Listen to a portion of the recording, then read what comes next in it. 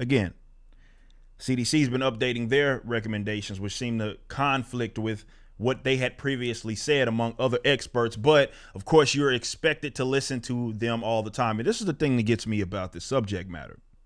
It's that there are people that have been calling this for what it was for a very long time, and they were called crazy. They were called conspiracy theorists. They were called anti-science. Even people that had been actually scientists and had just as many credentials as the government scientists that were touted out there, they had been saying this for a very long time, and all of a sudden, the CDC or some expert, government expert says it, Fauci. Now it's you can listen to it, right? We know that they've gone back and forth on other subject matters, but it really goes to show that this is about this sort of pledge of allegiance, and it's only okay, it's only permissible unless it comes from them. So check this out. MIT researchers show that risk of contracting COVID-19 indoors is the same 6 feet and it's the same 60 feet and 6 feet. It's a long kind of variation. So let's look at this. This is the risk of, this is from the experts, guys. So I'm just telling you what the experts say.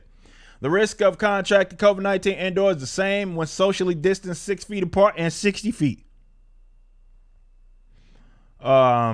Research said the Massachusetts Institute, MIT, published in the proceedings on the National Academy of Sciences of the United States of America earlier this month, argues there isn't much benefit to distancing 6 feet apart.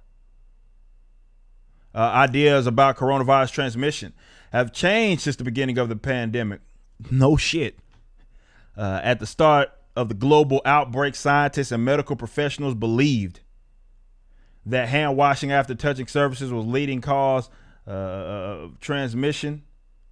Experts now say that the virus transmitted through droplets released when people talk, sneeze, and cough. Professor Martin Bazant, this comes from The Hill, by the way, teaches chemical engineering, applied mathematics at MIT, told CNBC the rule really has no physical basis because the air a person is breathing while wearing a mask tends to rise and come down elsewhere in the room. So you're more exposed to the average background than you are to a person at a distance. So it doesn't matter, basically, is what he's saying. Because, yeah, science.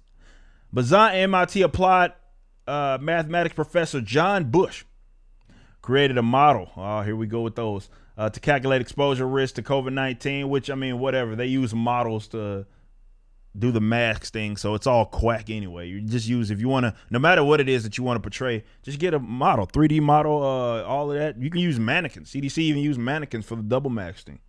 Doesn't matter. You can just be an expert and just say, here's the model that I created, and it says what I needed to say. It's interesting. It goes both ways.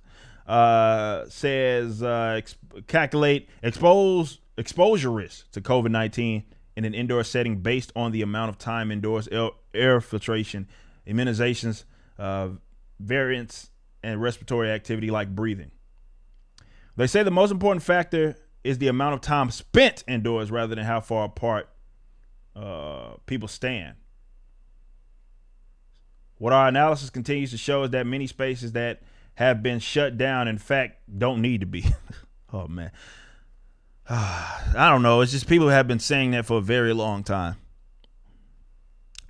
And this is what frustrates me. I mean, yeah, I know for some people it's like, well, we've been saying it from the get-go. That's only just kind of briefly discussing what's taking place here. What really the issue is here is that how quick they write you off as, again, a person that should not be listened to, despite you saying what they're saying a year after the fact.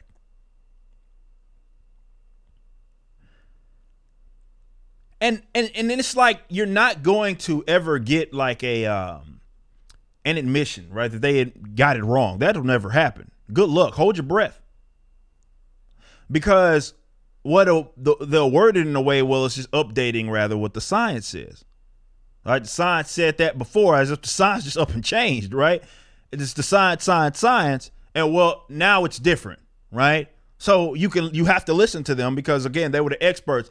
Even, again, if it conflicts entirely with something that they said, really it could be a year ago, but it also could be last week. but it's just because it came from that position of authority who they have legitimized. And that right there is not only the problem with what's going on right now in the science community, but it's a problem that happens elsewhere.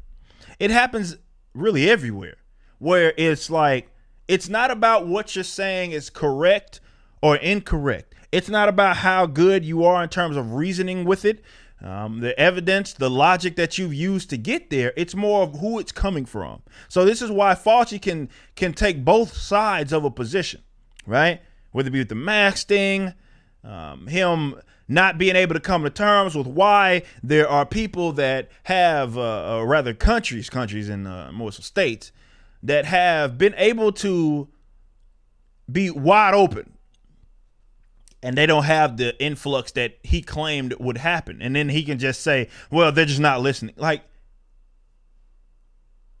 that's the problem here, guys. It's this perceived authority that it has to come from the handlers. And yeah, you can sure apply this to other things. It's not just that. You can apply it to things that we talk about, whether it be with economics, government, and how, and even with media, like with the CNNs of the world. You know, we've discussed how so many people, unfortunately, get all of their information from these approved or legitimized, let's say, points of authority, right? So it's like a story, for example, for certain people, and some of you guys know this, some of them, they're even your family members, well, it's not even real unless like something mainstream such as a CNN covers it. If it's not covered by them, it's like it never happened.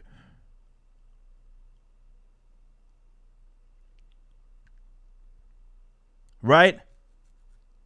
It's like it doesn't even exist, unfortunately. It's like it has to come from them. It doesn't matter it doesn't even matter. Hell, it doesn't have to be true at all. Again, we saw that with the pandemic. It's just a matter of who it comes from. And then it's okay to listen to them, even if that person, again, contradicts themselves. And this is why when it pertained to like the COVID stuff, we would call it cultism, because that's what it was. It was never about science or something like that. It was most often about who it came from. And we had to hold tight and dear to whatever it is that they said, even if they conflicted with themselves and a position that they had last week. Now, in this case, we're talking about maybe a year. Well, maybe the social distancing thing doesn't even matter. The place that you said it mattered the most indoors, it doesn't even matter. Maybe that, maybe you were right the first time. And it's not like they're going to apologize for it. They ruin people's lives over this type of stuff. And an apology wouldn't be good enough anyway, right? These guys probably should be in prison. The politicians on down to the doctors that perpetuated this nonsense, or the scientists, should probably be in prison. Nonetheless, here we are.